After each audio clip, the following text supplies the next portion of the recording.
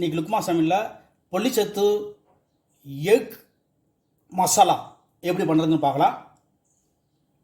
அது ஃபஸ்ட்டு என்ன செஞ்சுருக்கேன்னா, ஒரு பேனை நல்லா ஹீட் பண்ணிக்கிட்டு அதில் ஒரு 2 ஸ்பூன் வந்து செசம் ஆயில் ஆட் பண்ணுறேன்.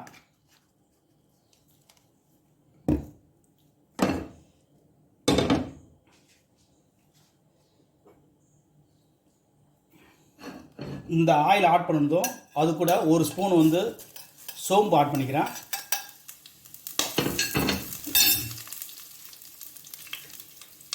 அது கூட 2 பச்சை மிளகாய்,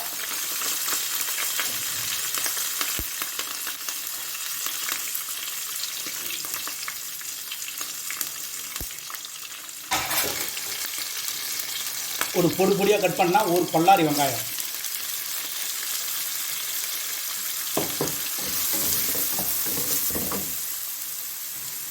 அது கூட கொஞ்சம் கருவேப்பிலை,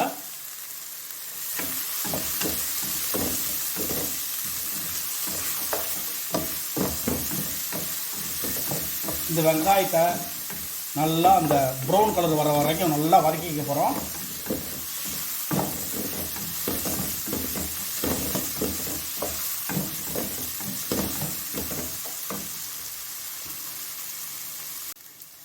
இப்போது ஓரளவு வெங்காயம் நல்லா வதங்கிடுச்சு. இந்த ஸ்டேஜில் என்ன செய்கிறேன்னா, ஒரு தக்காளியை பொடி பொடியாக கட் பண்ணியிருக்கேன், இது கூட ஆட் பண்ணிக்கிறேன்.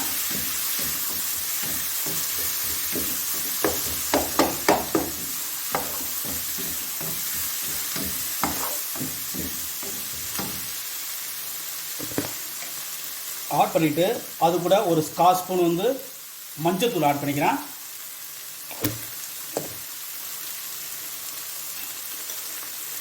ஒரு 1/2 ஸ்பூன் வந்து காஷ்மீர் ரெட் சில்லி ஆட் பண்ணிக்கிறேன். ஒரு 1/4 ஸ்பூன் வந்து கோரியாண்டர் பவுட்ரு,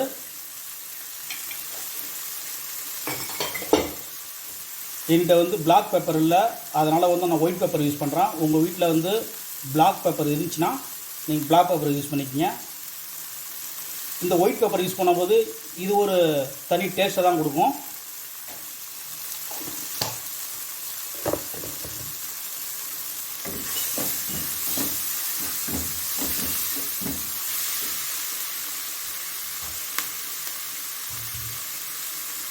அது கூட லைட்டாக வாட்டர் ஆட் பண்ணிக்கிறேன்.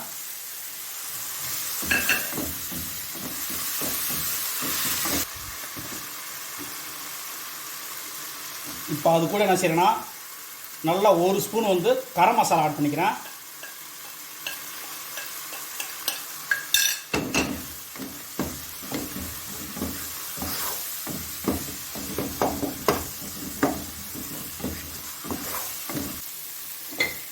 தேவையான அளவுக்கு சால்ட் ஆட் பண்ணிக்கிறோம்.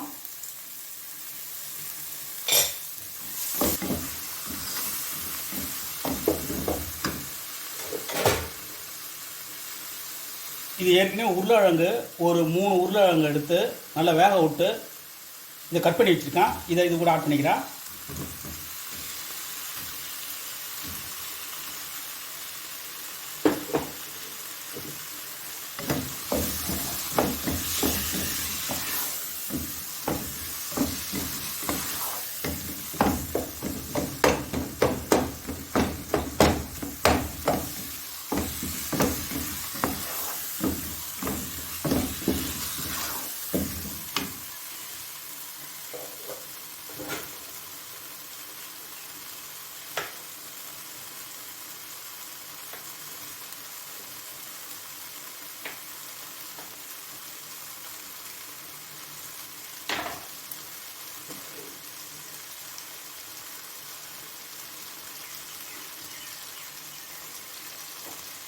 இது நல்லா ஏற்கனவே வந்து ஒரு 3 முட்டையை அவிச்சு குறுக்க கட் பண்ணி வச்சுருக்கேன்.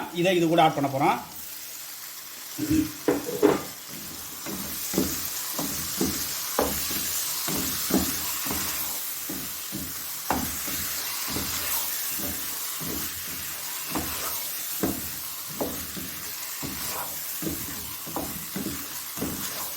இந்த ஸ்டேஜில் என்ன பண்ண போகிறோன்னா, நல்லா ஒரு ஸ்பூன் கிட்டத்தட்ட நெய் ஆட் பண்ண போகிறோம். இது கூட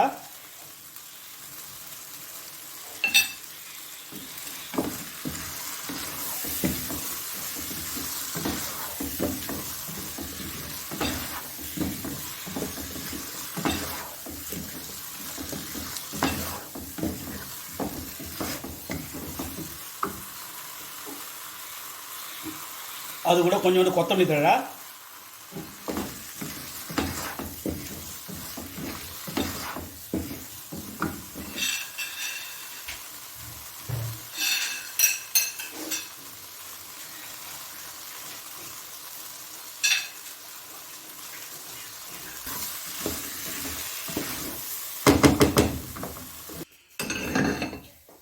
இது என்ன செய்யணும்னா ஒரு பிளேட்டில் இதை ட்ரான்ஸ்ஃபர் பண்ணிடலாம்.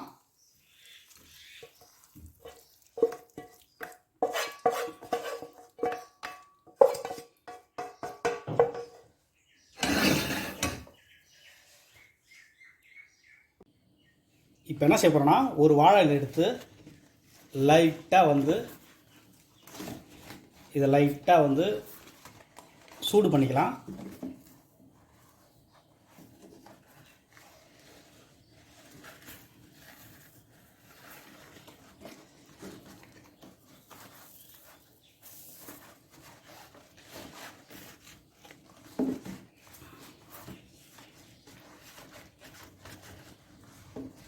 இதை லைட்டாக சூடு பண்ணிக்கிட்டு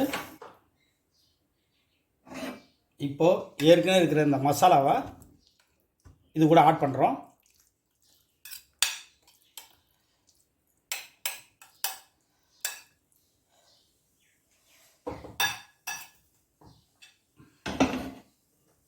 ஆட் பண்ணி கொஞ்சம் போது வந்து கொத்தமல்லி ஆட் பண்ணிக்கிட்டு இது என்ன செய்யணும்னா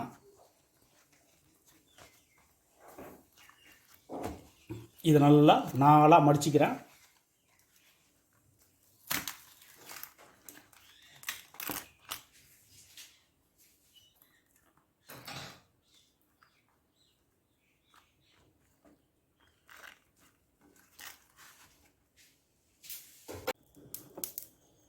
இப்போ தனியாக ஒரு பேன் எடுத்துக்கிட்டு நல்லா ஹீட் பண்ணிக்கிட்டு இப்போ இதை இதில் வைக்கிறோம்.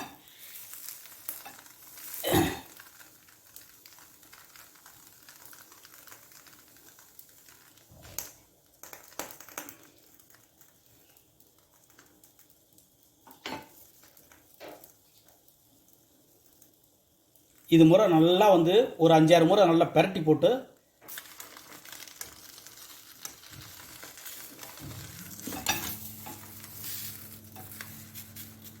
இது நல்லா 4-5 முறை நல்லா வந்து அதை நல்லா பெரட்டி போடுங்க. ஏன்னா அந்த வாழை வந்து நல்லா சூடாகி அந்த மசாலாவோட அது நல்லா சேரும்.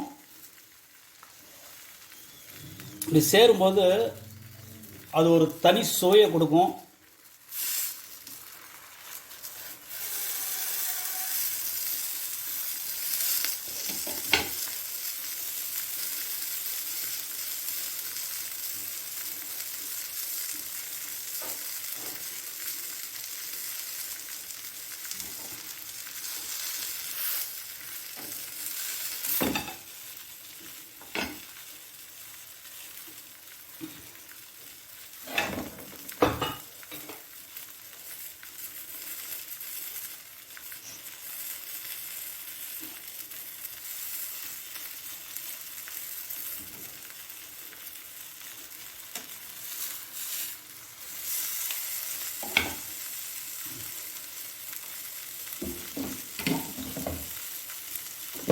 இப்போ வந்து இது சூப்பராக ரெடி ஆகிடுச்சு. இதை நம்ம பிரித்து பார்க்கலாம்.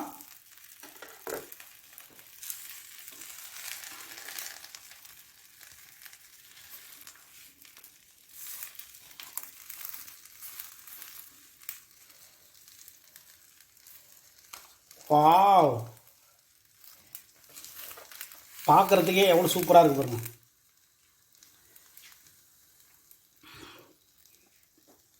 நல்லா சூப்பரான சரி டேஸ்டியான பொலிச்சது எக் மசாலா ரெடி ஆயிடுச்சு.